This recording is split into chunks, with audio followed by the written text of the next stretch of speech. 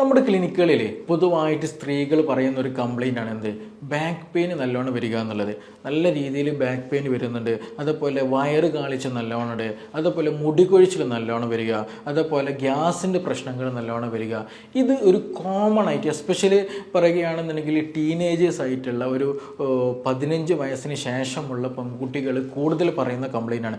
അത് മാത്രമല്ല, ഒരു പൊതുവേ പറയുന്ന അമ്മമാരൊക്കെ വരികയാണെന്നുണ്ടെങ്കിൽ പൊതുവെ പറയുന്ന കംപ്ലൈൻ്റ് ആണ്, ഡോക്ടറെ ഇവള് തടിക്കുന്നില്ല എന്നുള്ളത്. എത്ര ഭക്ഷണം കഴിച്ചാലും എത്ര നല്ലത് കൊടുത്താലും ഇതൊന്നും തടിമ കാണുന്നില്ല, ഇതൊന്നും തടിമ പിടിക്കുന്നില്ല, ഇതെന്താ ചെയ്യേണ്ടതെന്ന് ചോദിച്ചിട്ട് പലപ്പോഴും വരാറുണ്ട് എന്നുള്ളതാണ്. അപ്പോൾ ഇന്ന് നമ്മൾ ഡിസ്കസ് ചെയ്യാൻ പോകുന്നത് എന്തുകൊണ്ടാണ് ഇങ്ങനെ സ്ത്രീകളിൽ ഈ ഒരു പ്രശ്നം വരുന്നത്, എന്താണ് ഇതിൻ്റെ ബേസിക് ആയിട്ടുള്ള റീസൺ, നമുക്കിതെങ്ങനെ ഇത് മാനേജ് ചെയ്യാൻ കഴിയും. ഒരുപാട് ടെസ്റ്റുകൾ ചെയ്തു, അല്ലെങ്കിൽ ഒരുപാട് ട്രീറ്റ്മെൻറ്റുകൾ എടുത്തു, പക്ഷേ ഇതൊന്നും എന്ത് ചെയ്യുന്നില്ല, പൂർണ്ണമായിട്ട് മാറുന്നില്ല. അപ്പോൾ എന്തുകൊണ്ടാണ് ഇത് വരുന്നത്, ഇതെങ്ങനെ നമുക്ക് മാനേജ് ചെയ്യുന്നതിനെ കുറിച്ചിട്ടാണ് ഇന്നും നമ്മളോട് ഡിസ്കസ് ചെയ്യാൻ പോകുന്നത്. എൻ്റെ പേര് doctor Siraj, medical officer QNB hospital Koduvally. അപ്പോൾ നമ്മുടെ ക്ലിനിക്കുകളിൽ പൊതുവായിട്ട് വരുന്നൊരു സംഗതിയാണ് എന്ത്, ഡോക്ടറെ മുടികൊഴിച്ചിൽ നല്ലോണം ഉണ്ട്, അതുപോലെ ഗ്യാസ്, ഛർദ്ദിക്കാൻ വരുന്ന അവസ്ഥ നല്ലോണം വരിക, നല്ല ക്ഷീണം വരിക എന്നുള്ളത്. പഠിക്കാനൊന്നും കുട്ടിക്ക് താല്പര്യമില്ല, +2-നാണ്, സയൻസാണ് അല്ലെങ്കിൽ കൊമേഴ്സാണ്, മാർക്ക് കുറവാണ്, പഠിക്കാൻ തീരെ താല്പര്യമില്ല. ആദ്യമൊക്കെ നല്ല ഇൻട്രസ്റ്റ് ഉണ്ടായിരുന്നു, പക്ഷേ ഇപ്പോൾ നല്ല ക്ഷീണം പിടിച്ച് കിടപ്പാണ്. ഒരു വൈകുന്നേരം ആയാൽ തന്നെ എന്ത് ചെയ്യും, കുട്ടി ഒരു സൈഡിൽ ഉറങ്ങാൻ പോകുന്ന ടെൻഡൻസി വരിക. ഇങ്ങനെയുള്ള ക്ഷീണം പിടിച്ച പല പ്രയാസങ്ങളും അവർ നമ്മുടെ അടുത്ത് വന്ന് പറയാറുണ്ട് എന്നുള്ളതാണ്. ഇതിനൊരു ബേസിക് റീസൺ എന്ന് പറയുന്നത് പലപ്പോഴും സ്ത്രീകളിൽ പറയാൻ മടിക്കുന്നൊരു സംഗതിയാണ് ലൂക്കോറിയ എന്ന് പറയുന്നത്, അല്ലെങ്കിൽ വെള്ളപ്പോക്ക് എന്ന് പറയുന്നത്. നമ്മുടെ ക്ലിനിക്കലി വരൽ എന്തായിരിക്കും, ഈ പറഞ്ഞതുപോലെ ബാക്ക് പെയിൻ ആണ് ഡോക്ടറെ, മുടികൊഴിച്ചിലാണ് ഡോക്ടറെ, അല്ലെങ്കിൽ ഗ്യാസിൻ്റെ പ്രശ്നമുണ്ട്, ഛർദ്ദിക്കാൻ വരാണ്, തടി വെക്കുന്നില്ല, ഇങ്ങനെയുള്ള കംപ്ലയിൻസുകളായിട്ടാണ് വരാറ് എന്നുള്ളതാണ്. പക്ഷേ നമ്മൾ ഹിസ്റ്ററി എടുത്ത് അവരെ ഇങ്ങനെ ചോദിച്ചു നിൽക്കുമ്പോൾ അവൾ ലാസ്റ്റ് പറയും എന്ത്, ഡോക്ടറെ ഇങ്ങനൊരു പ്രശ്നം കൂടെ ഉണ്ട് എന്നുള്ളത്. അപ്പോൾ ഇതിൻ്റെയൊക്കെ ഒരു ബേസിക് റീസൺ എന്ന് പറയുന്നത് ലൂക്കോറിയ എന്നുള്ളതാണ് നമ്മൾ ആദ്യം മനസ്സിലാക്കണം. അപ്പോൾ ലൂക്കോറിയ എന്ന് പറയുന്നത് വെള്ളപ്പോക്ക്, അസ്ഥി ഉരുക്കം എന്നൊക്കെ പല രീതിയിലും പല നാടുകളിലും പല രീതിയിലും പറയാറുണ്ട്. അപ്പോൾ ഈ ലൂക്കോറിയ അല്ലെങ്കിൽ വെള്ളപ്പോക്ക്, അസ്ഥി ഉരുക്കം എന്നുള്ളത് ഈ ഒരു സ്ത്രീകളിൽ എന്തുകൊണ്ടാണ് വരുന്നത്, ഇത് നോർമലാണെന്ന് ചില ആളുകൾ പറയുന്നുണ്ട്. ഇത് ഏതൊക്കെ സമയത്ത് നോർമലാകും, ഇത് ഏത് സമയത്ത് നമ്മൾ ട്രീറ്റ്മെൻറ്റ് എടുക്കണം എന്നുള്ളത് നമ്മൾ നിർബന്ധമായിട്ട് മനസ്സിലാക്കേണ്ട സംഗതിയാണ്. അതിൽ ഒന്നാമത് ഈ ഒരു ഫ്ലൂയിഡ് വരുന്നത് സ്ത്രീകളുടെ യോനിയിൽ നിന്നാണ് ഈ ഒരു ഫ്ലൂയിഡ് വരാറുള്ളത്. അപ്പോൾ ഈ ഒരു ഫ്ലൂയിഡ് വരിക എന്ന് വെച്ചിട്ടുണ്ടെങ്കിൽ അത് കോമൺ ആയിട്ട് നടക്കുന്നൊരു സംഗതിയാണ്. അതുകൊണ്ട് ഒരുപാട് പ്രോസസ്സുകൾ അല്ലെങ്കിൽ ഒരുപാട് ഗുണങ്ങൾ നമ്മുടെ ശരീരത്തിൽ കിട്ടുന്നു. അവിടെ ഒരു ഫ്ലൂയിഡ് വരുന്ന കാരണമായിട്ട് യോനി നാളം ക്ലീൻ ആകാനും നല്ല എന്താ പറയുക ഒരു ഫ്ലൂയിഡിറ്റി കിട്ടാനൊക്കെ അത് നന്നായിട്ട് ഹെൽപ്പ് ചെയ്യുന്ന ഒരു സംഗതി കൂടെയാണ്. അപ്പോൾ അതുകൊണ്ട് ഒരുപാട് ഗുണങ്ങളുള്ള സംഗതിയാണ് ഇത്. പ്രത്യേകിച്ച് നമ്മൾ നോർമലി ആയിട്ട് ഫിസിയോളജിക്കൽ എന്ത് ചെയ്യും, ഒരു സ്ത്രീയുടെ ശരീരത്തിൽ പലപ്പോഴായിട്ട് ഇത് പ്രൊഡ്യൂസ് ചെയ്യും. അതൊന്നും പ്രശ്നമല്ല, അതൊക്കെ നോർമലി നടക്കുന്നതാണ്. ചില ആളുകൾക്ക് അതും തെറ്റിദ്ധരിക്കാറുണ്ട്, അതും വെള്ളപ്പോക്കാണ് വലിയ പ്രശ്നമാണെന്ന് ധരിക്കാറുണ്ട്. അതിലൊന്ന്, നമ്മൾ പ്യൂബേർട്ടിയുടെ സമയത്ത് ഈ ഒരു കൗമാരപ്രായത്തിലേക്ക് എത്തുന്ന സമയത്ത് മെൻസസ് ഒക്കെ ആ ഒരു പ്രൊഡ്യൂസ് ചെയ്യുന്ന സമയത്ത് പറഞ്ഞതുപോലെ കൂടുതലായിട്ട് സ്ത്രീകളിൽ എന്ത് ചെയ്യും, ലൂക്കോറിയ അല്ലെങ്കിൽ ആ യോനി ദ്രാവകം നല്ല രീതിയിൽ പ്രൊഡ്യൂസ് ചെയ്യും എന്നുള്ളതാണ്. രണ്ടാമത്, കോമൺ ആയിട്ട് എന്ത് ചെയ്യും, എല്ലാ മാസവും നമുക്ക് ഈ ഒരു മെൻസസിന് മുമ്പായിട്ട് എന്ത് ചെയ്യും, ഈ പറഞ്ഞതുപോലെ പല ആളുകൾക്ക് എന്ത് ചെയ്യാറുണ്ട്, ഫ്ലൂയിഡ് കൂടുതലായിട്ട് വരുമെന്നുള്ളതാണ്. ചില ആളുകൾക്ക് അതേപോലെ മെൻസസ് നിന്ന് കഴിഞ്ഞാൽ എന്ത് ചെയ്യും, ആ ഒരു 1-2 ദിവസം ഈ പറഞ്ഞതുപോലെ ഈ ഫ്ലൂയിഡ് കൂടുതലായിട്ട് വരുമെന്നുള്ളതാണ്.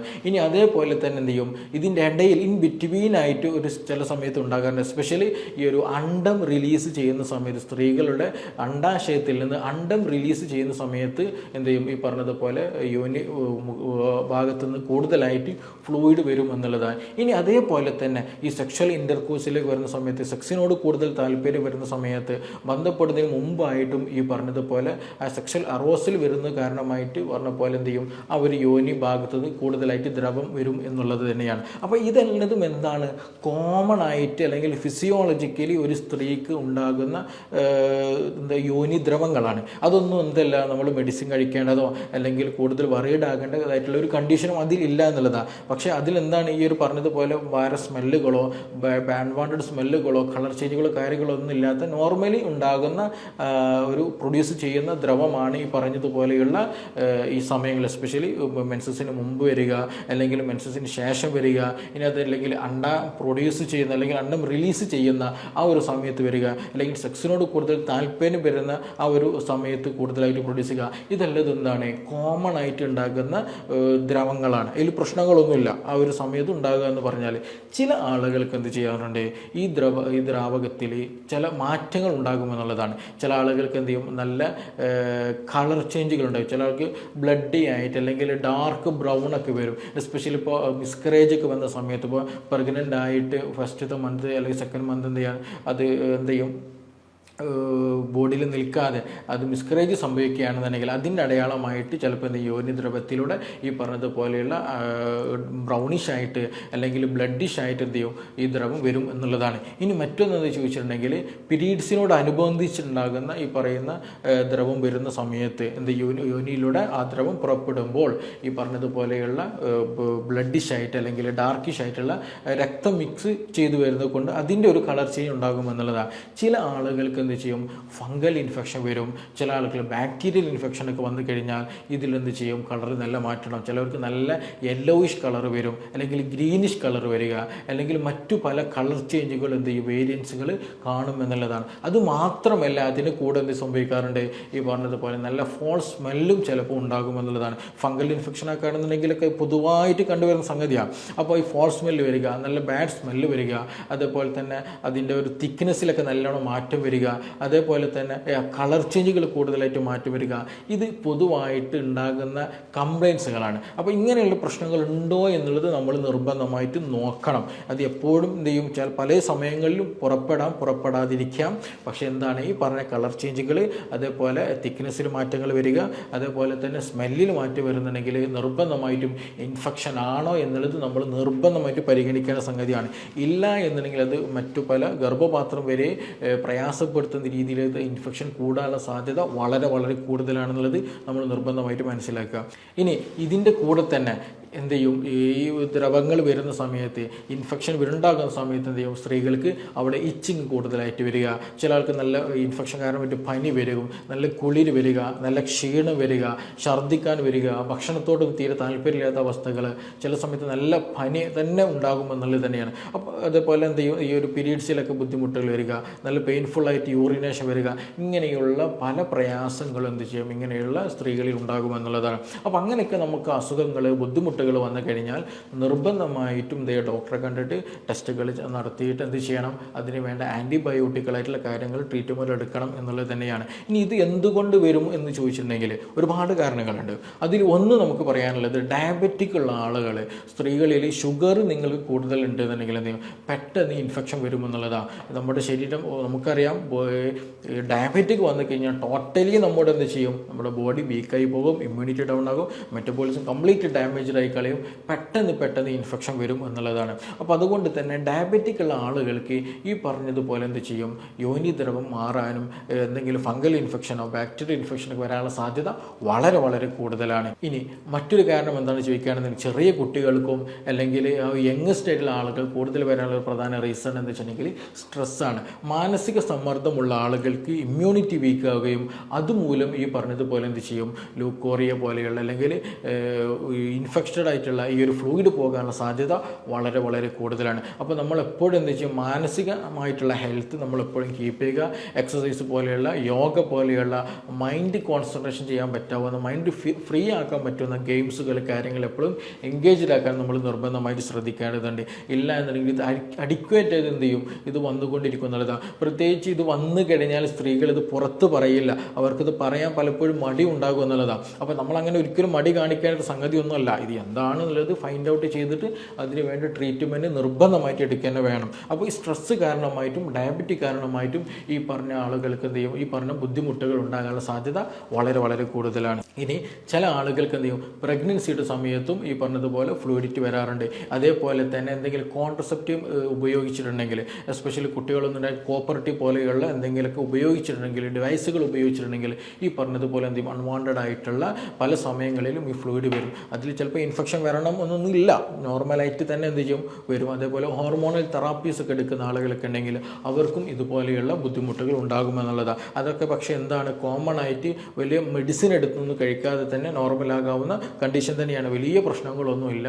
അപ്പോൾ എപ്പോഴും എന്ത് ചെയ്യുക, നമ്മൾ അവെയർ ആയിരിക്കുക, ഇങ്ങനെയൊരു പ്രശ്നങ്ങളുണ്ടോ, ഇനി മെഡിസിൻ എടുക്കേണ്ട കണ്ടീഷനാണോ എന്നുള്ളത് മാത്രം മനസ്സിലാക്കുക, ഒരു നിർദ്ദേശം സ്വീകരിക്കുക എന്നുള്ളതാണ്. ഇനി കൂടുതലായിട്ട് നിങ്ങൾ ആൻറ്റിബയോട്ടിക്കുകളൊക്കെ എടുക്കുന്നുണ്ടെങ്കിൽ, എന്തെങ്കിലും ഒരു അസുഖം വന്നിട്ട് ഒരു ആൻറ്റിബയോട്ടിക് കോഴ്സുകൾ നിങ്ങൾ കൂടുതൽ അൺവാണ്ടഡ് ആയിട്ടൊക്കെ എടുക്കുകയാണെങ്കിൽ പ്രത്യേകിച്ച് എന്ത് സംഭവിക്കും, ബോഡിയിൽ ഇൻഫെക്ഷനുള്ള സാധ്യത കൂടുമെന്നുള്ളത്. എസ്പെഷ്യലി ഈസ്റ്റ് പോലെയുള്ള ഇൻഫെക്ഷൻ എന്ത് ചെയ്യും, ഇത് ബാധിക്കാനുള്ള സാധ്യത വളരെ കൂടുതലാണ്. അപ്പോൾ കൂടുതലായിട്ട് നിങ്ങൾ ആൻറ്റിബയോട്ടിക്കുകൾ ഒരു ഡോക്ടർ നിർദ്ദേശത്തോടെ അല്ലാതെ നിങ്ങൾ സ്വന്തമായിട്ട് ട്രീറ്റ്മെൻ്റ് ഒക്കെ തുടങ്ങുന്നുണ്ടെങ്കിൽ, അല്ലെങ്കിൽ സ്വന്തമായിട്ട് ട്രീറ്റ്മെൻറ്റ് ചെയ്തിട്ടുണ്ടെങ്കിൽ ഇതുപോലെയുള്ള ഇൻഫെക്ഷന് സാധ്യത വളരെ കൂടുതലാണ് എന്നുള്ളതാണ്. അപ്പോൾ ഇങ്ങനെയുള്ള കളർ ചേഞ്ചുകൾ, സ്മെല്ലി ചേഞ്ചുകൾ, ഇൻഫെക്ഷന് കാര്യങ്ങളുണ്ടെങ്കിൽ ആദ്യം ചെയ്യേണ്ടതാണ് ഈ പറഞ്ഞതുപോലെയുള്ള സ്പെസിഫിക് ആയിട്ടുള്ള ട്രീറ്റ്മെൻറ്റുകൾ നമ്മൾ നിർബന്ധമായിട്ടും എടുക്കണം എന്നുള്ളതാണ്. ഇനി ഡോക്ടറെ ഇതൊന്നും എനിക്കില്ല, എനിക്ക് കളർ ചേഞ്ച് ഇല്ല, അല്ലെങ്കിൽ സ്മെല്ലിൽ പ്രശ്നങ്ങളൊന്നുമില്ല, പക്ഷേ എന്തുണ്ട് എപ്പോഴും ഇത് വന്നിട്ടുണ്ട്, അല്ലെങ്കിൽ എനിക്ക് സെക്ഷൽ എപ്പോഴും അറൂസലില്ല, അല്ലെങ്കിൽ എപ്പോഴും പീരീഡ്സ് അല്ലാത്ത സമയത്ത് വരുന്നുണ്ട്, എപ്പോഴും ഈ പറഞ്ഞതുപോലെ ഫ്ലൂയിഡ് വരുന്നുണ്ട്. ചില ആളുകൾ പറയാറുണ്ട്, ഡോക്ടർ എനിക്ക് നിസ്കരിക്കുന്ന സമയത്ത് പ്രയാസമാണ്, എപ്പോഴും ഇന്നർവെയർ മാറ്റിക്കൊണ്ടിരിക്കേണ്ട ഒരു അവസ്ഥയാണുള്ളത് എന്നുള്ളത് കോമൺ ആയിട്ട് പറയുന്ന ഒരു സംഗതി തന്നെയാണ്. അപ്പോൾ എന്തുകൊണ്ടാണ് ഇങ്ങനെ ആളുകളിൽ ഒരു പ്രയാസം വരുന്നത് ചോദിച്ചിട്ടുണ്ടെങ്കിൽ അവരുടെ മെറ്റബോളിസം പ്രോപ്പർ അല്ലാത്തത് കൊണ്ടാണെന്നാണ് നമുക്ക് സിമ്പിളായിട്ട് പറയാം. മെറ്റബോളിസം പ്രോപ്പർ ആയിരിക്കില്ല. ഇങ്ങനെ വരുമ്പോഴാണ് നമ്മളെടുത്ത് വന്ന് പറയാം, ഡോക്ടറെ കണ്ണെല്ലാം കൂടി ഉള്ളിൽ പോയിക്കണേ, ഇവിടെ എല്ലാം കൂടി ഡാർക്ക് കളർ വരുന്നുണ്ട്, സ്കിന്നെല്ലാം കൂടി ചുക്കി ചുളിയുന്നുണ്ട്, ഗ്യാസിൻ്റെ പ്രശ്നം നല്ലോണമുണ്ട്, മുടി പൊട്ടുന്നു, മുടി കൊഴിയുന്നു, താരൻ്റെ പ്രശ്നമുണ്ട്, ബാക്ക് പെയിൻ്റെ പ്രശ്നമുണ്ട്, മൂത്രമൊഴിക്കുന്ന സമയത്ത് വീണ്ടും വീണ്ടും മൂത്രം ഒഴിക്കാനുള്ള ടെൻഡൻസി വരുന്നു, ഇങ്ങനെയുള്ള ഒരുപാട് പ്രശ്നങ്ങൾ പറയാറുണ്ട്. ഉറക്കത്തിന് കുറവുണ്ടായിരിക്കും, ടെൻഷൻ കൂടുതലുണ്ടായിരിക്കും, ഇങ്ങനെയുള്ള പല പ്രശ്നങ്ങളും അവർ പറയുമെന്നുള്ളതാണ്. അങ്ങനെയുള്ള ആളുകളെ നിങ്ങൾക്ക് ബോഡി തടിക്കണമെന്ന് താല്പര്യമുണ്ട്, നല്ല ഹെൽത്തി ആയിട്ട് പോകണം താല്പര്യമുണ്ടെങ്കിൽ നിർബന്ധമായിട്ടും ഈ പറയുന്ന കാര്യങ്ങൾ നിങ്ങൾ എന്ത് ചെയ്യണം, ജീവിതത്തിൽ പാലിക്കാൻ ശ്രമിക്കുക എന്നുള്ളത് തന്നെയാണ്. ഇത് പാലിച്ചാൽ തന്നെ എന്ത് ചെയ്യുക, നിങ്ങളൊരു മെഡിസിൻ എടുക്കാതെ തന്നെ എന്ത് ചെയ്യുക, നമുക്ക് നല്ലൊരു ലൈഫ് സ്റ്റൈലിലേക്ക് മടങ്ങാൻ, നല്ലൊരു ഹെൽത്തി ആയിട്ടുള്ള വെയിറ്റിലേക്ക് മടങ്ങാൻ കഴിയും. ഈ ഒരു പറഞ്ഞത് ലുക്കോറിൻ്റെ പ്രശ്നങ്ങൾ കംപ്ലീറ്റ് മാറ്റാൻ കഴിയും, നല്ല ഹൈജീനിക് ആയിട്ടുള്ള നല്ലൊരു ഹെൽത്തി ആയിട്ടുള്ള ലൈഫ് സ്റ്റൈലിലേക്ക് മാറ്റാൻ കഴിയും എന്നുള്ളത് തന്നെയാണ്. അതിലാദ്യം നിങ്ങൾ ചെയ്യേണ്ടത് ഭക്ഷണം സമയത്ത് കഴിക്കുക എന്നുള്ളതാണ്. ഈ പലപ്പോഴും പെൺകുട്ടികൾ എന്ത് ചെയ്യും, അല്ലെങ്കിൽ സ്ത്രീകൾ പൊതുവെ ചെയ്യുന്നത് എല്ലാ പണികളും കഴിഞ്ഞിട്ട് ഭക്ഷണം കഴിക്കുക, അല്ലെങ്കിൽ എൻ്റെ പഠനം കഴിഞ്ഞിട്ട് ഭക്ഷണം കഴിക്കുക, സ്കൂളുണ്ട്, ട്യൂഷൻ ഉണ്ട് എന്ന് പറഞ്ഞിട്ട് എന്ത് ചെയ്യും, ഭക്ഷണം കഴിക്കാതെ സ്കൂളിലേക്ക് പോവുക. ഇങ്ങനെ ഉള്ളൊരു കണ്ടീഷനായിട്ട് എന്ത് ചെയ്യും, ആളുകൾ, കുട്ടികൾ, സ്ത്രീകൾ വീക്കായി പോകുമെന്നുള്ളത് തന്നെയാണ്. അപ്പോൾ അതുകൊണ്ട് തന്നെ അവരുടെ ശരീരത്തിൽ ഹോർമോണൽ ഇംബാലൻസ് നന്നായിട്ട് വരും, തൈറോയിഡ് പോലെയുള്ള പ്രശ്നങ്ങൾ വരും, ഈസ്ട്രോജൻ പ്രൊജസ്ട്രോണിലൊക്കെ നല്ല വേരിയേഷൻസ് വരും. ചില ആളുകൾക്ക് പീരീഡ്സൊക്കെ ഇംബാലൻസ്ഡ് ആകാനുള്ള പ്രധാന റീസൺ എന്ന് പറയുന്നത് ഈ ഒരു വേണ്ട ഫുഡുകൾ കഴിക്കില്ല, അത് വേണ്ട സമയത്ത് കഴിക്കില്ല എന്നുള്ളത് തന്നെയാണ്. അത് കാരണമായിട്ട് എന്ത് ചെയ്യും, ഗ്യാസ്ട്രിക് ഇഷ്യൂസുകൾ നല്ലോണം, ഹൈപ്പർ അസിഡിറ്റി നല്ലോണം പ്രശ്നങ്ങളുണ്ടാകും, മൈഗ്രെയിൻ പോലെ പ്രശ്നങ്ങളുണ്ടാകും. ശരിയായ രീതിയിൽ നമ്മുടെ ശരീരത്തിൽ വേണ്ട സിങ്ക്, അതുപോലെ കാൽസ്യം, അതുപോലെ വൈറ്റമിൻ സി ഒന്നും ലഭിക്കാത്തത് മൂലമായിട്ട് മുടി കൊഴിച്ചൽ, മുടി പൊട്ടൽ, മുടിയുടെ ഒരു തിക്നെസ് ഒക്കെ നഷ്ടപ്പെടുന്ന കണ്ടീഷൻ പല ആളുകൾക്കും ഉണ്ടാകും.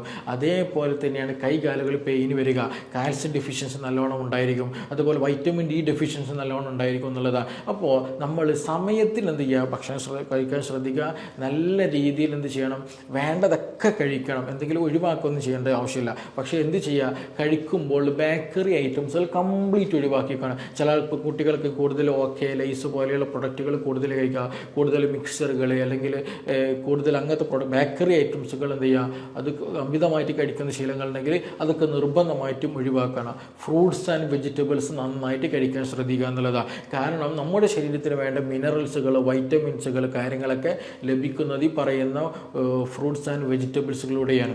അപ്പോൾ അത് നമ്മൾ നിർബന്ധമായിട്ട് കഴിക്കുക. അതുപോലെ ചിക്കൻ, ഒരുപാട് സ്ത്രീകൾ, പെൺകുട്ടികൾ പലപ്പോഴും പറയുന്ന കംപ്ലയിൻ്റ് ആണ്, അല്ലെങ്കിൽ അവർ ഹിസ്റ്ററി എടുക്കുമ്പോൾ നമുക്ക് മനസ്സിലാകുന്ന സംഗതിയാണ്, ചിക്കന് നല്ലോണം അഡിക്റ്റഡ് ആയിരിക്കും എന്നുള്ളതാണ്. ഭക്ഷണം കഴിക്കണം എന്നുണ്ടെങ്കിൽ ചിക്കൻ ഇല്ലാണ്ട് കഴിക്കൂല എന്നുള്ള ടെൻഡൻസി ഇന്നും നമ്മുടെ കേരളത്തിൽ പല വീടുകളും നടക്കുന്നൊരു സംഗതിയാണ്. ഒരിക്കലും നിങ്ങളങ്ങനെ ചെയ്യരുത്. ആവശ്യത്തിന് കഴിക്കുക. എസ്പെഷ്യലി അവർക്ക് ബ്രോസ്റ്റ് വേണ്ടി വരും, അൽഫാം വേണ്ടി വരും, തന്തൂരി വേണ്ടി വരും എന്നുള്ളതൊക്കെ തന്നെയാണ്. അതൊരിക്കലും ചെയ്യരുത്. നിങ്ങൾക്ക് ചിക്കൻ കഴിക്കണം എന്നുണ്ടെങ്കിൽ മിതമായ തോതിൽ ആഴ്ചയിൽ 2-3 ദിവസമൊക്കെ കുറഞ്ഞ എമൗണ്ട് ആവശ്യത്തിന് മാത്രം എന്ത് ചെയ്യുക, കറി വെച്ചിട്ടോ, അല്ലെങ്കിൽ മന്തിയിലൊക്കെ ഉണ്ടാക്കുന്ന, കുഴിമന്തിയിലൊക്കെ ഉണ്ടാക്കുന്ന നമ്മുടെ പുഴുങ്ങിയ ചിക്കനൊക്കെ ഉണ്ടല്ലോ, അങ്ങനെയൊക്കെ മാത്രം എടുക്കാൻ ശ്രദ്ധിക്കുക, അത് മിതമായ തോതിൽ. അതേസമയം ഭക്ഷണത്തിൽ നമ്മുടെ പാൽ ഉൽപ്പന്നങ്ങളൊക്കെ കൂട്ടുക എന്നുള്ളതാണ്. ഫ്രൂട്ട്സും വെജിറ്റബിൾസിന് കൂടെ തന്നെ പാല്, തൈര്, മോര് പോലെയുള്ളതൊക്കെ കൂട്ടുക. പക്ഷേ എന്ത് ശ്രദ്ധിക്കണം, സുറുക്ക് നിങ്ങൾ ഒഴിവാക്കണം. ഉപ്പിലിട്ടതും എരിവുള്ളതുമായിട്ടും അതുപോലെ കരിച്ചതും വറുത്തതും കൊഴുത്തതുമായിട്ടുള്ള എല്ലാ ഭക്ഷണ പദാർത്ഥങ്ങളും നിങ്ങൾ നിർബന്ധമായിട്ടും ഒഴിവാക്കുക. നല്ല രീതിയിൽ വെള്ളം കുടിക്കുക എന്നുള്ളതാണ്. അപ്പോൾ ഇങ്ങനെയൊക്കെ ചെയ്യുമ്പോൾ തന്നെ നമ്മുടെ ശരീരത്തിന് വേണ്ടിയിട്ട് അത്യാവശ്യമായിട്ട് വേണ്ടിയിട്ടുള്ള ജലാംശം ലഭിക്കും, വൈറ്റമിൻസ് ലഭിക്കും, മിനറൽസ് ലഭിക്കും, നമ്മുടെ ഹോർമോൺ മെറ്റബോളിസം പ്രോപ്പറായിട്ട് വരും, നമുക്ക് ദഹന പ്രക്രിയ പ്രോപ്പറായിട്ട് വരും, മുടി കൊഴിച്ചിൽ, മുടി പൊട്ടൽ, ഉറക്കമില്ലാത്ത പ്രശ്നങ്ങൾ, ശോധനവുമായി ബന്ധപ്പെട്ട പ്രശ്നങ്ങൾ, ഗ്യാസ് സംബന്ധമായ പ്രശ്നങ്ങൾ, ഇങ്ങനെയുള്ള ഒട്ടുമിക്ക എല്ലാ അസുഖങ്ങളും നമുക്ക് പൂർണ്ണമായിട്ടും മാറ്റാൻ കഴിയുമെന്നുള്ളതാണ്. അപ്പോൾ ഇങ്ങനെയുള്ള ലൂക്കോറിയ പ്രശ്നമുള്ള ആളുകൾ, തടിയൊക്കെ കുറഞ്ഞ ആളുകൾ എന്ത് ചെയ്യുക, ഈ പറയുന്ന പോലെ ഭക്ഷണങ്ങൾ ക്രമീകരിക്കുക, സമയത്തിന് ഉറങ്ങാൻ കൂടെ ശ്രദ്ധിക്കേണ്ടതുണ്ട്. പല ആളുകളും ഇന്നെന്തെയും ഫോൺ അമിതമായിട്ട് ചാറ്റ് ചെയ്തിട്ടോ കോളിങ് ചെയ്തിട്ടൊക്കെ എന്ത് ചെയ്യും, സമയം ഉറങ്ങാതെ എക്സ്റ്റെൻഡ് ചെയ്യുന്ന ഒരു ശീലം ഇന്ന് പൊതുവാണ്. രാത്രി ഡോക്ടറെ എപ്പോഴാണ് കിടക്കലെന്ന് ചോദിച്ചിട്ടുണ്ടെങ്കിൽ ഡോക്ടർ ഞാനൊരു 10 മണിക്ക് കിടക്കും, രാവിലെ 5 മണിക്ക് എഴുന്നേൽക്കും, 4 മണിക്ക് പഠിക്കാൻ വേണ്ടി എഴുന്നേൽക്കും എന്നുള്ളതാണ്. പക്ഷേ രാത്രി 10 മണിക്ക് കിടക്കും എന്നുള്ളത് ഓക്കെയാണ്, പക്ഷെ ഉറങ്ങൽ എപ്പോഴായിരിക്കും? 1 മണി 2 മണിക്കായിരിക്കും. കാരണം ഇത് ഫോണോ എന്തെങ്കിലുമൊക്കെ ആയിട്ട് ഇങ്ങനെ ടൈം റീൽസ് കണ്ടിട്ടോ ഷോർട്സ് കണ്ടിട്ടോ സ്ക്രോൾ ചെയ്ത് പോയിട്ട് എന്ത് ചെയ്യും, സമയം ഒരുപാട് വൈകും എന്നുള്ളതാണ്. അപ്പോൾ ഉറക്കം കുറവ് കാരണമായിട്ടും ഈ പറഞ്ഞ പോലെ നമ്മുടെ സർക്കേഡിയൽ റിതം, നമ്മുടെ ശരീരത്തിൻ്റെ പ്രോപ്പറായിട്ടുള്ള മെറ്റബോളിസം കംപ്ലീറ്റ് ഡാമേജ്ഡ് ആവുകയും ഈ പറഞ്ഞതുപോലെയുള്ള പല ബുദ്ധിമുട്ടുകളും നമ്മുടെ ലൈഫ് സ്റ്റൈൽ കംപ്ലീറ്റ് മാറും എന്നുള്ളത് തന്നെയാണ്. അപ്പോൾ നമ്മൾ ഈ ഒരു കാര്യം ശ്രദ്ധിക്കുക, നമ്മൾ ഭക്ഷണം, വെള്ളം, മറ്റു കാര്യങ്ങളൊക്കെ ഹൈജീനിക്കായി കൊണ്ടെടുക്കുക. അങ്ങനെ നിങ്ങൾ പ്രോപ്പറായിട്ട് കൊണ്ട് നടക്കുകയാണെന്നുണ്ടെങ്കിൽ ഈ പറഞ്ഞ പ്രശ്നം നമുക്ക് പ്രോപ്പറായിട്ട് നല്ല കംപ്ലീറ്റ് മാറ്റാൻ പറ്റുന്നത് തന്നെയാണ്. അപ്പോൾ നിങ്ങളുടെ ഈ ലൂക്കോറിയയുടെ ബുദ്ധിമുട്ടിൽ എന്തെങ്കിലും ഇൻഫെക്ഷൻ ഉണ്ടോ എന്നുള്ളത് ഫൈൻഡ് ഔട്ട് ചെയ്യണം. എന്നിട്ട് അതിന് പ്രോപ്പറായിട്ട് ട്രീറ്റ്മെൻറ്റ് എടുക്കണം. അല്ലെങ്കിൽ അതിൽ ഇൻഫെക്ഷൻ ഒന്നുമില്ല, ഇത് കൂടുതലായിട്ട് വരുന്നുണ്ട്, മെറ്റബോളിസം ഡാമേജ്ഡ് ആയിട്ടാണെന്നുണ്ടെങ്കിൽ എന്ത് ചെയ്യണം, ഈ പറഞ്ഞതുപോലെ ഭക്ഷണം, ഉറക്കം, മറ്റു കാര്യങ്ങൾ നിങ്ങൾ പ്രോപ്പറായിട്ട് കൊണ്ടുവെടുക്കുക. അങ്ങനെയാണെന്നുണ്ടെങ്കിൽ വലിയൊരു ശതമാനം നിങ്ങൾക്ക് മെഡിസിൻ ഒന്നും എടുക്കാതെ തന്നെ എന്ത് ചെയ്യാം, നല്ല രീതിയിൽ ഒരു ലൈഫ് സ്റ്റൈൽ, നല്ലൊരു ഹെൽത്തി ആയിട്ടുള്ള ഒരു ജീവിതത്തിൽ നിങ്ങൾക്ക് മാറാൻ കഴിയും എന്നുള്ളതാണ്. അപ്പോൾ ഇതുമായി ബന്ധപ്പെട്ടിട്ട് എന്തെങ്കിലുമൊക്കെ സംശയം ഉണ്ടെങ്കിൽ, കൂടുതൽ അറിയണമെന്നുണ്ടെങ്കിൽ താഴെ തന്നിട്ടുള്ള നമ്പറിൽ ബന്ധപ്പെടാം. നമുക്ക് മറ്റൊരു വിഷയവുമായി ബന്ധപ്പെട്ട് വീണ്ടും കാണാം. Thank you.